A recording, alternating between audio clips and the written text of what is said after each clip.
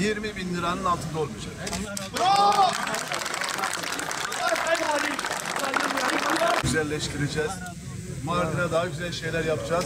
Bir süredir sizin beklentileriniz, taleplerinizi biliyoruz. Yani şunu demiyoruz, imkanlarımız kısıtlı demiyoruz, imkanlarımızı Mardin için seferber ediyoruz. İşçilerimiz bizim kahramanlarımız, emektarlarımız. Sizin emeğinizin karşılığında inşallah böyle vermiş olacağız.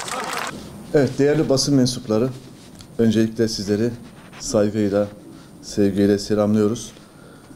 Sizlerin aracılığıyla da tüm vatandaşlarımıza selam ve saygılarımızı iletiyoruz. Bugün sizlerin aracılığıyla güzel bir haberi vatandaşlarımızla paylaşmak için bugün bir aradayız.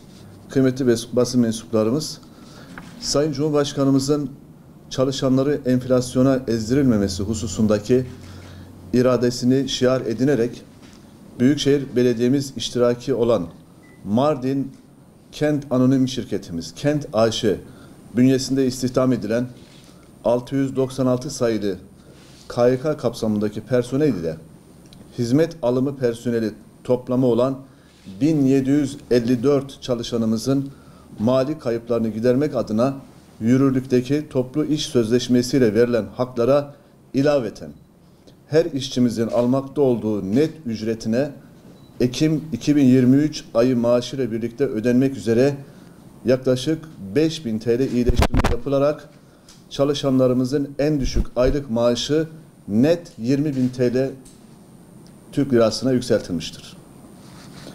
Aynı şekilde Mardin Su ve Kanalizasyon İdaresi Genel Müdürlüğümüz, Marsu bünyesinde istihdam edilen toplam 82 daimi işçimizin toplu iş sözleşmesiyle verilen haklara ilaveten her işçimizin almakta olduğu ücretine Ekim 2023 ayı maaşıyla birlikte ödenmek üzere yaklaşık 4.000 Türk lirası iyileştirme yapılarak en düşük işçimizin yıllık ortalama maaşı 24.500 Türk lirasına yükseltilmiştir.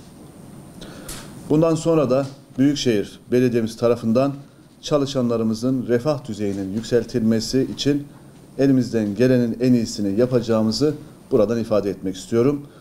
Ek protokol ile yaptığımız bu iyileştirmenin işçilerimize, ailelerine hayırlı olmasını diliyorum. Teşekkür ediyorum.